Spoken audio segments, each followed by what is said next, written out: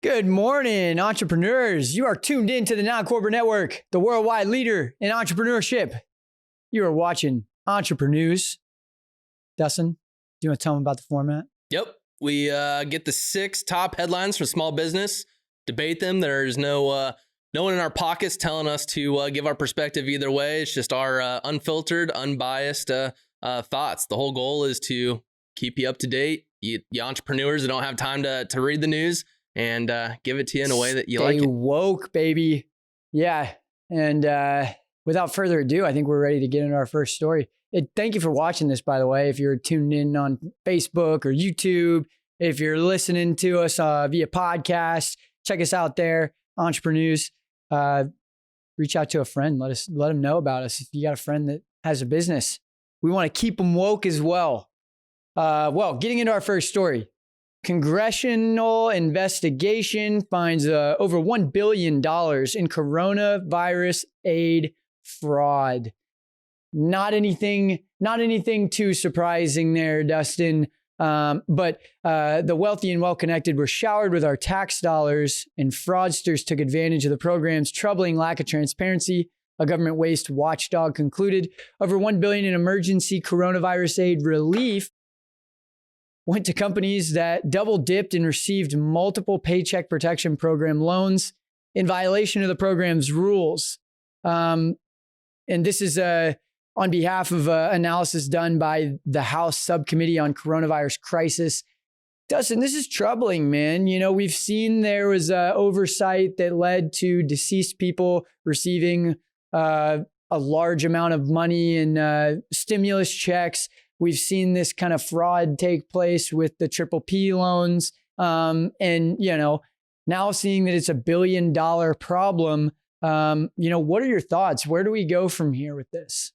You know, it's tough. I mean, the billion, that's a huge number. And I mean, we hit on a lot that, you know, we need to be more proactive than reactive. But at the end of the day, I mean, it's the cost of doing business. It's you're going to have it no matter what. There's been fraud rampant across the system. I mean, for years. So it's kind of finding that balance on how do we get proactive without preventing money from getting in the pockets of people who need it and continue to drive the economy. But man, $1 billion, that's a lot of money that could be used for a lot of good things. I mean, yep. What are your thoughts? Do you think we should be more proactive and do a bit more investigating before we approve these loans? I mean, I think it needs to be an account-based marketing type of reform, right? This is a blanketed policy that we're like letting every small business, whether they have 5 employees or 500 employees, it's the same policies. It doesn't make sense to do it that way. I think we need to focus more on very granular policies that are based on the size of businesses,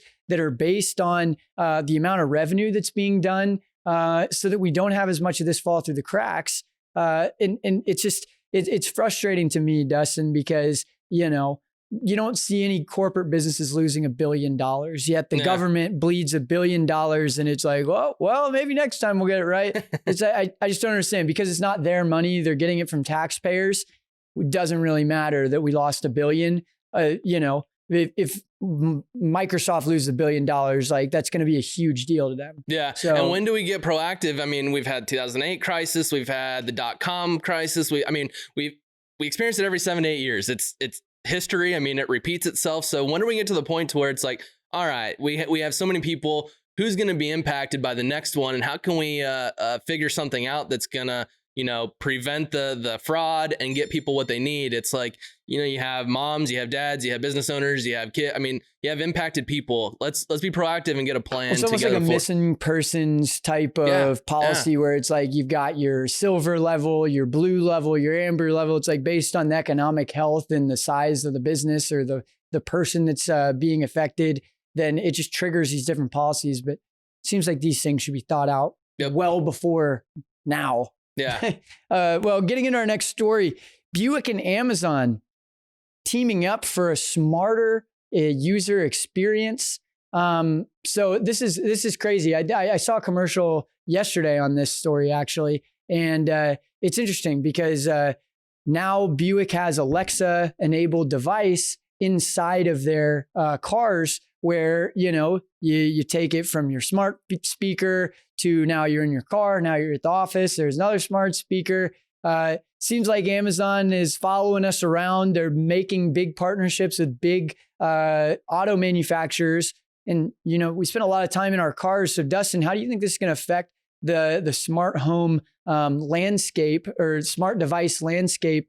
And is Amazon going to be able to take down companies like Apple or at least pull market share from them if they haven't already? Yeah, I mean, first of all, I didn't even know Buick was still making cars. So that's crazy. But they got those ads. Like, oh, it's a Buick. That is very true. But I mean, in terms of taking market share, I mean, you mentioned Apple Pay, but I don't see too many people actually using that. And even then, it's only connected to, I don't know, the user interface or the UI UX. It's just not there. And I don't think too many people are actually using it, as opposed to how many people are using Amazon and Alexa. And so everyone wants convenience. I mean, I know you mentioned last episode worried about Tesla with their video cameras. I think that's nothing compared to this. Now they're going to be able to listen to all your conversations in the car. I mean, it's all backed off of convenience though. I mean, they're going to have a commercial that is you as a mom or dad busy on the go. Hey, I need directions to this. You say it inside, boom, it's now in your car. You get turn by turn. You get there, you put your headphones in, your music's already playing. It's all efficiency and giving you time back. And that's what everyone wants. And that's what they're disguising it as. I mean, at the end of the day, they're just building more data on us. And I mean, I think they're going to crush Apple in this sense. I think they can execute it a bit better. But I mean, what are your thoughts? Are you for this? Unlawful wiretapping in the breadth of convenience, in the ethos of convenience. Yeah, this is the Wild West of policy. I mean, they just got probed and got caught red-handed on the fact that they use their own data to make themselves more money in other verticals through the marketplace. And so, what is it? How long is it going to be before another House subcommittee realizes that there's an issue going on? And then once they realize the issue's going on, what are they going to do, Dustin? They're going to go, oh yeah, so what do you think of this? And Bezos is going to sit there with his lawyer on the other side of the camera going, oh, I'm not 100% aware of what you're talking about. It's like, are you kidding me? Like they're too big to get in trouble now. It seems like it's frustrating. But I mean, in the name of convenience, have at it, Amazon. Tap all of our conversations. Yeah. I mean, you talk about using data to build out their own products. I mean, they're going to have a huge word cloud of all the words that are being said and go, oh, look at these things. Let's create products or service around them. None of these people said it. In the name of innovation, in the name of convenience, we're going to be able to natural language process every conversation that you have in the privacy of your home or car. Perfect. Getting into our next story. So Arizona Republican Paul Gosar says coronavirus pandemic is overblown on Twitter. Despite the numbers, one Arizona congressman said, the quote is, I think this is a golden opportunity for those that hate the president. And then he later says that maybe only 64 days until the pandemic is over. He essentially is saying, Dustin, that the pandemic is magically going to end at the end of the election, and that it is more about media permutating ideas about the negative implications of COVID over the actual real threats. This is something that's hard to, take a side on. We're grossly uninformed as the public. But, what are your thoughts? Do you think that the COVID is just going to kind of magically evaporate at the end of the election when there's no more pedestal to be shouting from in regards to this problem? Yeah, I mean, I'm not huge on conspiracy theories, but I mean, every 4 years, there seems to be something crazy that happens that somehow magically disappears right after the election. I mean, we're already getting headwind of it that, it was going to be middle of 2021 before we had a vaccine. And now all of a sudden it got pushed to December and now it's November. And it's like, oh, okay. So November, we're going to get, these vaccines, and that's right around election time. But I mean, all that being said, there's a huge consensus that there's one party always attacking the other and all of that. I mean, if this is the case that all this is happening because of the election, I mean, it just blows my mind how much time, energy, resources, money is all being... How many people have been affected by this? I mean, on top of that, the mental damage that it's done to people being secluded and inside. I mean, it would infuriate me if that were the case, to where this is all done because in the name of politics. And, all you ever see anymore is how bad the other person is. I always go back to, if we were to change how we're using our minds and resources and all that to actually show how we're going to change the world, I mean, how much more of an impact would, the American people actually have? And that's what the government is for. I mean, it would blow my mind if all this was backed by, political stuff. But I mean, well, it's tough to see these things and not take it like as, have some merit behind it. I mean, you've got an elected congressman that's saying that this is the case and blasting that to the world. And so, you hope that you can trust your congressmen or congresspeople, congresswomen to keep you informed. We elect them to be our voice in these types of discussions. And so when our elected voice is saying this is the case, scary. And we hear fake news all the time, and it's hard. I mean, that's why we're here, Dustin, because we're tired of fake news and, this whole media permutating your decision-making process when it comes to be election time. It's troubling to me, You hope that it's not just a grand scheme of how can we influence somebody as opposed to keeping them woke, but it's one big marketing campaign. Yeah, exactly. That's all it is. If that's what we're in, it's like, well, maybe it's the same as China censoring the internet. We're getting censored the messages that we hear. Like, it's tough. It's just a different way of doing it. Either way, I'll tell you one company that we're all about is State 48. They're not doing any censoring. They're bringing you the real amazing collaborations. They're bringing you the real stories of real people that are doing real things that are impacting not only Arizona, but the entire nation. And they're keeping you looking fresh while they're doing it. So exactly. I love what they got going on. Make sure to check them out, state48.com. I mean, as Chaz mentioned, they do a lot for the community. I mean, they make clothing and apparel, but at the end of the day, they're doing a lot of collaborations that put a lot of money back into the community and those in need. And so it's a win-win. Check them out, state48.com. Absolutely. Cool. So let's head into our next story. So it's a company called Better K from Rebalance, or there's a program called Better K from Rebalance. And really, they're trying to help with the 401k situation for small businesses. They come in and instead of making a cookie cutter program, they meet with each individual employee and carve out a strategy for what's going to achieve their long-term financial goals. Right now, it's for companies that have less than 100 employees, the cost of offering 401k is just exponentially huge. And so most small businesses can't offer it, which then makes them not being able to compete with the larger business. And so what Rebalance is doing is they're coming in and slashing the fees for those companies and catering to those companies with under 100 employees. On top of that, they assume the investor's role, really being the fiduciary of the company. And so they assume all the responsibility. So they're taking the responsibility or risk from the business owner and holding it. And so one, they're bringing the cost down to bring great benefits to employees, and they're assuming all the risk, which I think is huge. And so really my question is, should more businesses be looking at this to be able to compete with bigger business? Or are there other ways that you can compete? Yeah, I mean, the writing is on the wall. The gig economy is growing. Small business solopreneurship is really growing. While we are seeing a lot of small business closures, there's a lot of people that are unemployed that are looking for ways to make money. And, that gig economy is going to, like I said, it's going to continue to grow. It's supposed to grow by over 50% over the next 2 years.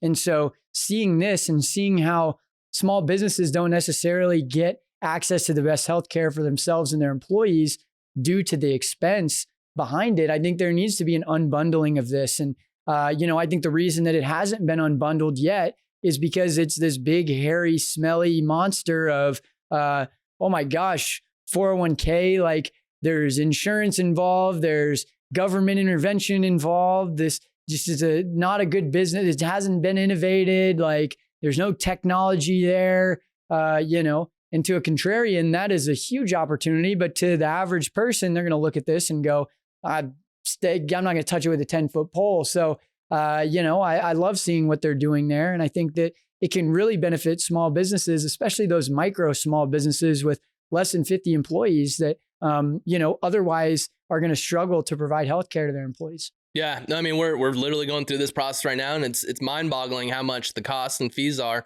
associated. The smaller you are, it's like, well, how does that make sense? The smaller we are, the more we have to pay, but that makes it to where I can't pay it and offer benefits, and so you can't retain the top talent. But what I'm excited for is one, I think business should be hopping on this, but two, I think this is going to open up the door to so many more unique ways to offer benefits to your employees. Yep. I know you've mentioned it in the past where there are things where it's, the team can give points to people, and those points can be redeemed for things like gift cards and all of that. And I think there's going to be a lot of clever companies that come out and figure out how to help the small business on that benefit side and help just retain more talent. Yep. Good for them for making this happen. Yep. I'm excited to see. So on to our next story. McDonald's, the national brand, they are facing a $1 billion discrimination lawsuit from dozens of Black ex-franchise owners. The claim is that the fast food giant systematically placed them in substandard locations that hinder their profitability and growth, saddling them with high insurance costs and leaving their restaurants performing well below the national norm, according to the plaintiffs. This all comes as the CEO recently mentioned that McDonald's has made more Black millionaires through their business than any other company on the face of the earth.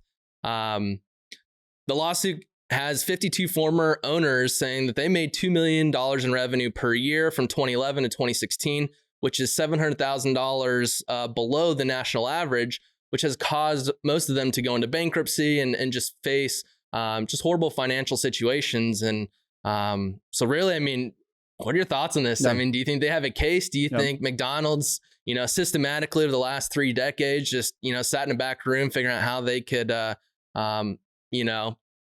not give the equal opportunity to everyone? Or, I mean, what are your thoughts? Well, it sounds outlandish when you say it like that, but let's think about how many African-American board members do they have? How many people do they have that are of color in their front office? And you start to think, well, maybe this lack of diversity has kind of permutated those things. So I take this very seriously. It's also hard to believe somebody like McDonald's. I mean, for instance, they advertised for years this 100% Angus beef patty that they had. Come to find out, they bought a farm and named it 100% Angus beef so that it was 100% Angus beef patty. Doesn't mean it was 100% Angus beef. But came from them. So it's hard to trust a company like that. But with that being said, I don't know enough about the process. I would think that you'd have the ability to select the location that you want to purchase and that you're not just kind of stuck with one and stuck with the insurance they give you. I think it has something to do with your credit, but again, troubling headline, and it's not going to do good for them either way, whether this is true or not. Yeah. I mean, to your point, it's like, I would think as a franchisee, you can choose your location. There's a lot that you have a choice of. And going back to that 100% Angus beef, I mean, the McDonald's executives are cutthroat when it comes to profitability. And I don't think that they're going to hinder their profits to try and systematically, hinder a certain race or gender or whatever that may be. I think more so what needs to be done is this is eye-opening, but how can we fix this? I mean, is it the location that all these, owners were at that look, those particular geos just didn't perform as well? I mean, I think there's more to be said and other variables at play that might have caused this outside. What do you think about Triple P was only distributed to more urban areas. And so that was something that, we'll call it systemic, call it whatever you want. Mm-hmm. It's ironic that those don't get it, but the other ones do. I mean, but again, as you said, they're all about their money. So it's hard to bet on them trying to bleed themselves dry. We'll see what happens as time goes on. So on to our final story. So there's a program called Rio Reimagine. It's a project that got boosted from the federal government. So who all is involved is the EPA, ASU, the Department of Interior, and a few other federal agencies. They held a live stream the other day talking about the partnership and the long-term plan. The effort is to revitalize the rivers across America. To date, the EPA has provided over $1 million worth of technology and funding for local food, environmental assessment, hazard mitigation planning, green infrastructure, and urban forestry. Arizona's at the forefront of all of this across the nation. And Martha McSally mentioned that she's excited to revitalize the river ecosystem, but also the economic growth that this is going to provide. So, I mean, with all this, I mean, it's an awesome story. I mean, that's great. The environment, we're green. That's awesome. But considering the current environment of what's all going on, Yep. I mean, do you think the feds and the local government have bigger issues to debate and think through? Or do you think this is a good use of time and really revitalizing the local economy and infrastructure, which will then trickle into, at the national level? It doesn't seem like the government's the one that's going to be executing the plan. So, I mean, I think that getting ASU involved in this can be great. I take our environment very seriously. We live in an amazing country. We live in a beautiful country. And, the more urbanization that happens, the more that we unbundle cities and create more and more living environments outside of those cities, the more we're cutting into, our overall health of the environment as a country and as a world. So I think it's always a good time to prioritize this. And Dustin, what I would tell you is that we spent $2 trillion on stimulus. We can't spend $1 million on cleaning the rivers and, giving ASU a opportunity to lead the charge on doing that. I think it's great. Yeah. I mean, it's not, I don't think it's about the money. I think it's the brain power of what problems are we solving? I mean, but to your point, I mean, this could help impact long-term growth and sustainability and all that, which, I mean, ultimately that's where the debate is at the core is the financials. Is this the best use of time and energy to help from an economic standpoint? But I think to your point, there's always going to be something big that's going to prevent this thing. So it's kind of one of those things where do you keep it on the back burner? Do you just, we have to kind of prioritize and we can't put 100% focus on this big issue, but there are other things at play. Sustainability is synonymous with profitability, and so I think that either way, it's something where, if it increases the longevity of doing things that are more eco-friendly, that are more safe for our environment, that's only going to benefit us from a wealth perspective. So I like seeing it, but, I understand there is a lot of stuff out there. And I think this is less about, hey, let's spend time reforming policy in the government on this and more about, hey, how can we look positive in light for investors, or not investors, but voters going into the election. So probably a little bit of pandering going on there. Yeah. No, I hear you. So, I mean, after everything we just discussed, Chaz, what stuck out to you? What was your favorite story? I don't know if it's my favorite story, but, I lose sleep at night over this whole Amazon listening to our conversations thing. And I mean, I'm very much on one side of this argument, I understand. And so I know there's positives to, being able to make it more convenient, but yeah, I think we've lost pretty much all privacy. It would be every conversation we have is transcribed and stored somewhere and we don't know where. And I think that's absolutely ridiculous and completely and utterly unethical. So, Chaz, fired up, man. All right. Well, my favorite was the not so much favorite, but what's going to be interesting is the McDonald's and how it all plays out. I mean, $1 billion lawsuit that could bankrupt McDonald's, but at the same time, we're obviously dealing with a lot of racism and inequality that's going on. And really, I mean, what comes from this could set a precedence on, how lawsuits in the future are brought to the table to big corporations. But I'm excited to see how it all plays out. Yeah. You hope that they don't uncover some more troubling news. Yeah. Well, thank you guys for tuning in. Whether you're watching us via live stream, whether you're watching us on YouTube, check out our podcast. Don't let Alexa be listening to you while you're driving. Just listen to Entreprenews. Going to keep you woke. Going to keep you up to date with the most recent small business trending headlines. And we love doing it. And we appreciate you guys for being here. So check us out anywhere. Just Google Entreprenews. You're going to see a million things pop up. We want to interact with you. If you're an entrepreneur, whether you're in Arizona or you're in the US or if you're on planet Earth, we want to collaborate with you. Check us out, ncnbroadcast.com. Share your story with us. We want to use our resources to help you keep people woke in your area of expertise. So again, you've been watching Entreprenews on the Non-Corporate Network. Dustin, what's the Non-Corporate Network again? Non-Corporate Network? It is a network that we're the worldwide leader in entrepreneurship. Okay, Chess. The worldwide leader in entrepreneurship. Dustin, you have anything you want to add to the sign off there? Nah, don't want to be interrupted again, but I appreciate it. Yeah. You guys are going to know. We're going to be on TV one day and you're going to be seeing the worldwide leader in entrepreneurship. You're going to be like, I know those guys. There we are. And we'll be back here on Friday to give you some more stories. See you guys Friday. Go out and make it happen.